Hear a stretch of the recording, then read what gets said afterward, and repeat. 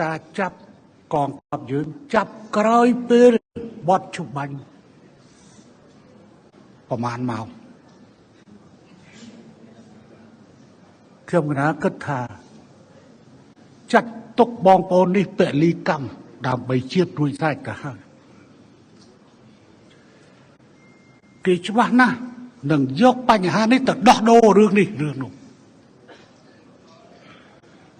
ហើយបងប្អូនទាំងនោះក៏ពិតជាយល់ក្រុមគូសាក៏ពិតជាយល់គេច្បាស់ជាតបភ្ជាប់រឿងនេះរឿងនោះ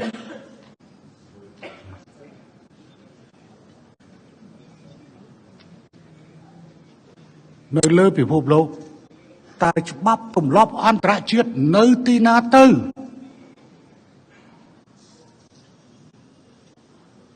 បុត្របន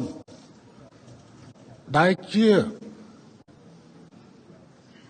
តំណាងពិសេសរបស់អគ្គលេខាធិការអង្គការសហប្រជាជាតិទទួលបន្ទុកសិទ្ធិមនុស្សដែលជាជនជាតិថៃទៅណាទៅមិននិយាយមួយម៉ាត់សោះដែលមុនធ្លាប់តែនិយាយឥឡូវអត់ឮសូរនិយាយសោះសង្គ្រាមគឺតែងតែមានការដោះដូរឆ្លើយសឹកតែនេះចាប់កងទ័ពរបស់យើងលើដីយើងក្រោយបត់ជុបាញ់យកទៅធ្វើជាចំណាប់ខ្មាំង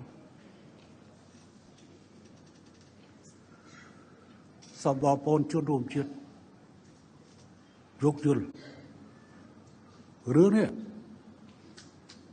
ខ្ញុំបានចាត់ទុកថាបងប្អូននេះបានពលិកម្មជីវិតរួចស្រេចទៅហើយផែនការរបស់គេនឹងផ្ដល់ឲ្យយើងនៅថ្ងៃទី12កន្លងទៅប៉ុន្តែវាមានព្រឹត្តិការណ៍នៅណានោះវាបន្តិចបង្អាក់នៅដំណើរនេះដូច្នេះវាច្បាស់ណាស់ចងភ្ជាប់រវាង12 18នាក់ជាមួយនឹងបញ្ហាដទៃទៀតរាប់ទាំងថ្ងៃមកចាំមើលទៅគេនឹងអាចយកថាត្រូវតែធ្វើអានេះត្រូវតែធ្វើអានោះធ្វើអានេះឲ្យបានគេនឹងដោះអញ្ចឹងយើងចាត់ទុកបងប្អូននេះថាពលីតាមិនគួររឿងនេះទៅជាអញ្ចឹងលើពិភពលោកដែលមានទេអាធននឹងដែលមានទេអាធននឹងដែលជាតិសាសន៍មួយតាំងខ្លួនជាស៊ីវិល័យហើយចាប់ចំណាប់ខ្មាំងដើម្បីដោះដូរនេះមិនមែនជាឆ្លើយសឹកទេណាអត់មែនជាឆ្លើយសឹកទេបងប្អូនយើងស្លូតពេកហើយគេមកគេចាប់ដៃសុំថតរូបរួចហើយជុំចាប់យកតម្រោព្រោះអាងតែជប់បាញ់ហើយហើយមកដីយើងទៀត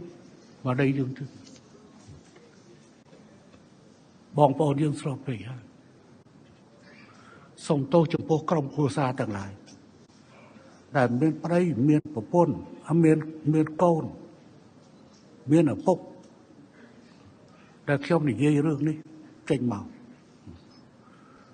ខ្ញុំមិនដែលនិយាយរឿង18នាក់ទេព្រោះខ្ញុំចាត់ទុកថាពួកគេបានបូជាជីវិតរួចស្រេចទៅហើយព្រោះចុងក្រោយគេនឹងធ្វើការដោះដូរលើអ្វីមួយការដោះដូរបានឃើញស្រាប់ហើយរឿងព្រឹត្តិការណ៍កើតនៅឯណាមួយគេភ្ជាប់ការមិនដោះលែង